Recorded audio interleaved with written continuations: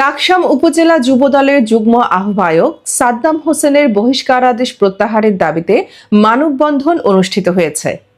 বুধবার বিকেলে ৪ নং কান্দিরপাড় ইউনিয়নের ৭ নং ওয়ার্ডে লাকসাম উপজেলা যুবদলের নির্যাতিত নেতৃবৃন্দর ব্যানারে স্থানীয় নেতাকর্মীরা এই কর্মসূচি পালন করেন। মানববন্ধনের শুরুতেই সাদ্দাম হোসেনের উপর হওয়া রাজনৈতিক নির্যাতনের চিত্র তুলে ধরেন ৭ নং ওয়ার্ড শ্রমিক দলের সাধারণ সম্পাদক আব্দুল কাদের। তিনি অত্যন্ত আবেগঘন কণ্ঠে বলেন, যে লোক দেশে আসতে পারে নাই, নানা মরচে জানা দিতে পারে নাই, এই লোককে কেন প্রত্যাহার করা হলো?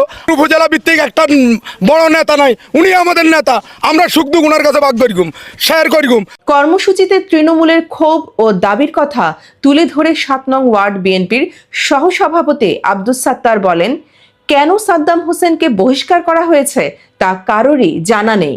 এই সিদ্ধান্ত নেওয়ার আগে তৃণমূলের নেতাদের সাথে আলোচনা করলে প্রকৃত সত্য উঠে আসত।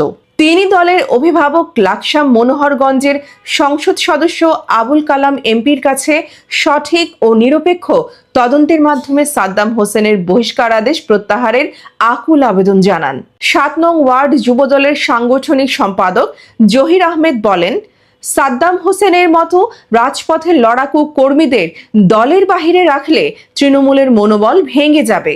মানববন্ধনে আরও বক্তব্য রাখেন ৭ নং ওয়ার্ড বিএনপির সাধারণ সম্পাদক কবির হোসেন। বলেন, সাদ্দাম হোসেন কারা নির্যাতিত নেতা, ৬ মাসের বেশি জেল খেটেছেন এবং কয়েকটা মামলা এখনো তার চলমান। এই মামলাগুলা মাথায় রেখে উনি রাজনীতি করছেন।